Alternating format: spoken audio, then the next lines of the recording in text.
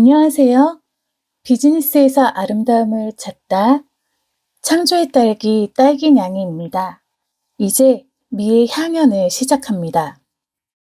드로잉은 그림을 그리는 일이며 소묘는 연필이나 목탄 등을 사용하여 사물의 형태와 밝고 어두운 정도를 그린 그림으로 프랑스어로 데생이라 부릅니다.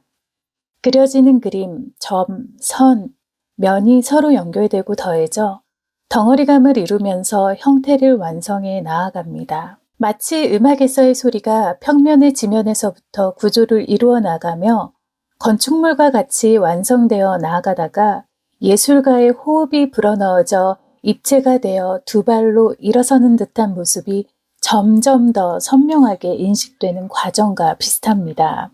위 소리는 듣는 이에게 사운드의 공간감으로 해석됩니다. 이러한 소리의 배치를 입체적으로 하여 듣는 이에게 서라운드로 들리는 음악은 보는 이에게 덩어리감이 현실이 되게 하는 미술에서의 구도와 일맥상통하는 부분이 있습니다. 창작자는 드로잉의 과정에서 아무것도 걸치지 않은 듯 순수한 마음으로 나 자신 그 자체로서 홀로, 때로는 고독하지만은 않은 고독의 풍요 속에서 캔버스를 직면하여 드로잉을 시작합니다. 이내 시작되는 점, 캔버스 위에 그 첫 번째 붓을.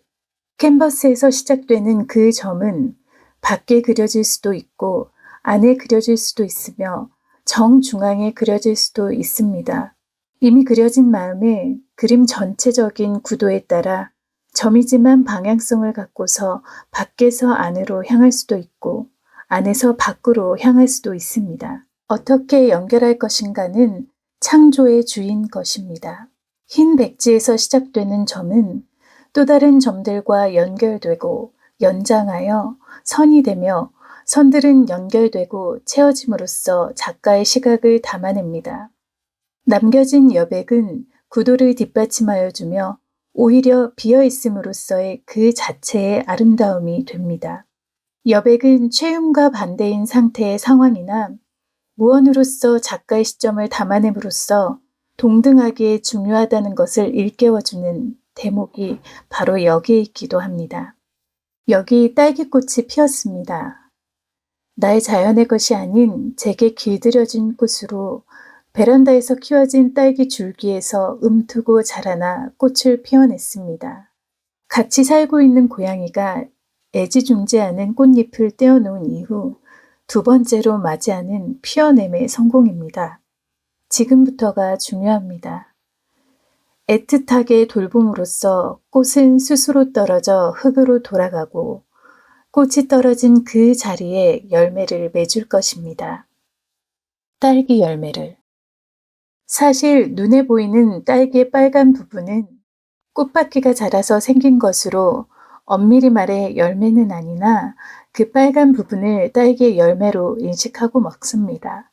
또 딸기 열매를 기대하며 딸기 모종을 심을 때 실상은 딸기의 꽃바퀴의 자람이 있게 되는 것입니다. 이러한 딸기의 반전에 억울해할 사람은 없을 것입니다. 제공해주는 비타민과 영양분을 가지고 있는 딸기 그 자체로서 존재하고 있고 간혹 길들여질 뿐입니다. 그리고 또 간혹 그 누군가에게는 새로운 가치를 제안하는 딸기로 존재하게 될 것입니다. 여기 이곳에 열매 맺은 딸기는 창작자에게는 창조의 딸기가 될 것입니다. 위 그림은 딸기의 전형적인 모습과는 다른 색상을 가졌고 다른 선형의 모습입니다. 작가 시점을 담고 있는 작품으로 작가는 자신의 눈에 보이는 대로 느끼는 대로 그린 것입니다. 해체된 형태로 인식하여 담기게 되는 작가의 시점이 담긴 작품으로서 발현되기 위해서는 존중되어야만 드러나게 되는 정체에 있습니다. 작가의 시점을 구체화하기 위해 나의 시각은 무엇을 다르게 보았는가? 창조의 방식에 가치를 어떻게 담아냈는가? 가치의 전달 방식으로 무엇을 선택하였는가? 또 중요한 물음이 됩니다. 그러나 그 이전에 존중하는 태도는 마치 신의 선물과 같은 우연히 드러나는 정체에 파급력을 더하여 확장시켜 줄 것입니다. 파블로 피카소는 모든 아이는 예술가다라고 하였습니다. 이 말에서 아이의 천진난만함과 순수함보다 자라나서 어른이 되는 바로 지금, 현재 나이에서 어린 사람이라는 본분을 잊지 않는 겸손함에 있음을 주목하게 됩니다. 성경에서 예수께서 이르시되 어린아이들을 용납하고 내게 오는 것을 금하지 말라. 천국이 이런 사람의 것이니라. 천국은 어린아이, 이런 사람의 것이라고 합니다. 어린아이, 이런 사람의 것이 천국이라는 성경 구절에 2000년이 지난 지금도 조용히 고개를 끄덕끄덕하며 동감하게 되는 이유는 무엇일까요? 그리고 과연 모든 아이들은 예술가로 자랐을까요? 위 그림 날개는 작가 시점을 담아 그린 것입니다.